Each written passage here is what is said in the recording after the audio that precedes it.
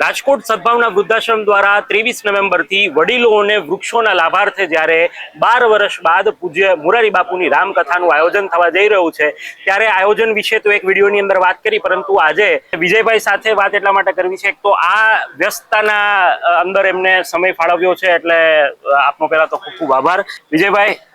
શરૂઆત ત્યાંથી કરવી છે કે એક રામકથાનો વિચાર વડીલોને વૃક્ષો માટે તેમના કાર્ય માટે આ વિચાર ક્યાંથી આવ્યો અને ક્યારથી આ ખાસ આ તો 5000 વડીલો માટે 1400 રૂમનો 300 કરોડના ખર્ચે જે સદભાવના ધામ બનાવી રહ્યા છીએ એ આખું પરિપૂર્ણ કરવા માટે પેલા અમે જ્યારે ભૂમિપૂજન કર્યું ત્યારે 60 કરોડ જેટલું દાન રાજકોટની જનતાએ આપ્યું હતું, પણ આ તો 300 કરોડનો પ્રોજેક્ટ છે અને પૂજ્ય મોરારી બાપુએ ત્યારે પણ કીધેલું કે આ પ્રોજેક્ટને આગળ વધારવા માટે તમે કહેશો એમ હું કરીશ।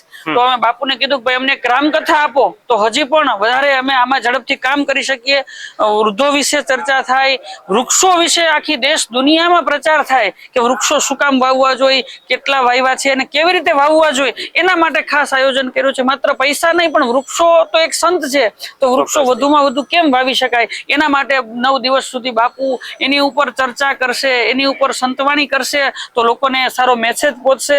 અને આ 1400 રૂમનું જે અભિયાન છે તો એમાં રૂમનું પણ ડોનેશન મળતું જાય। અત્યારે પણ 15 કલાક કાર્યાલય ધમધમે છે, અમારા તમામ દાતાઓ કાર્યકર્તા બની અને આવી ગયા છે અને બધું સંભાળી લીધું છે। દરરોજ બપોરે ને સાંજે અહીંયા ભોજનની વ્યવસ્થા છે, દરરોજ સાંજે તો 300-400 કાર્યકર્તાઓ દાતાઓ અહીં ભોજન લઈ અને બધી આખા રાજકોટ સૌરાષ્ટ્રને આમંત્રણ પહોંચાડે છે, દાતાઓ આવતા હોય એની વ્યવસ્થા સચવાય છે અને ખૂબ આખું રાજકોટ યજમાન બની ગયું હોય એવું અમને લાગે છે, કારણ કે મારી પાસે કોઈ કામ બચ્યું નથી, એટલું બધું કામ વેચાઈ ગયું છે।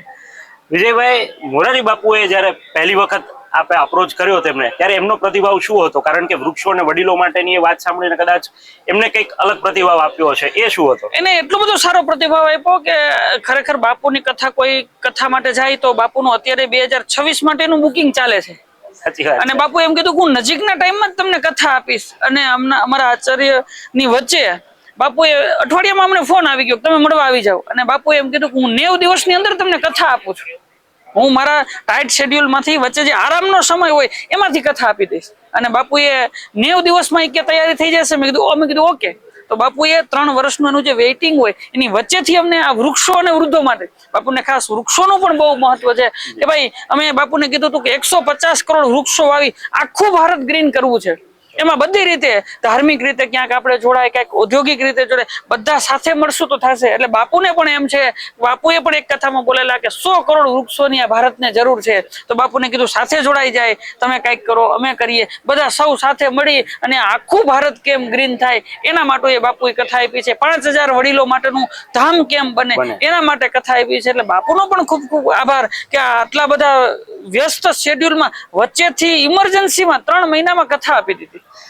કેટલા દેશમાંથી, કારણ કે આ કથા એક માત્ર સૌરાષ્ટ્ર, રાજકોટ કે ગુજરાત પૂરતી પેલી લિમિટ નથી, પરંતુ વિદેશથી પણ મહેમાનો આવવાના છે, તો એમાં આપને કેવો પ્રતિભાવ મળી રહ્યો છે? એમના માટે કેવી? ખૂબ સારો પ્રતિભાવ છે અને ઘણા બધા દેશોમાંથી અમે ઘણી બધી હોટલો બુક કરાવી છે, ઘણું બધું બુકિંગ થઈ ગયું છે અને અમારી ટીમ પણ એમાં લાગી ગઈ છે અને ટ્રેક કરવામાં ક્યારે કોણ આવે છે। તમામ મોટાભાગના જે ઇન્ડિયાનો જે દેશ સાથે વ્યવહાર છે તમામ દેશોમાંથી કોઈ ને કોઈ આવે છે।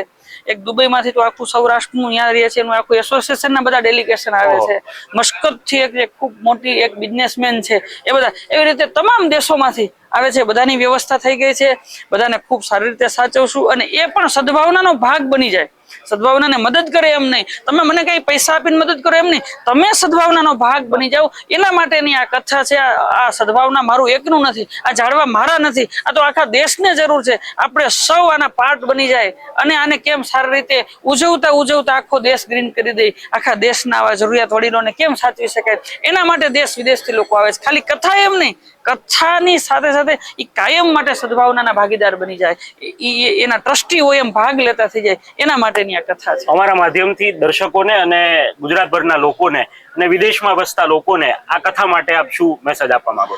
આ વૃદ્ધો અને વૃક્ષો માટેની કથા છે, આ પહેલી વખત છે બાપુએ એની 947 માટેની આ વૃક્ષો અને વૃદ્ધો માટે આપેલી આ પહેલી કથા છે અને અહીંયા અમારે એક આખું રાજકોટ જોડાઈ ગયું છે।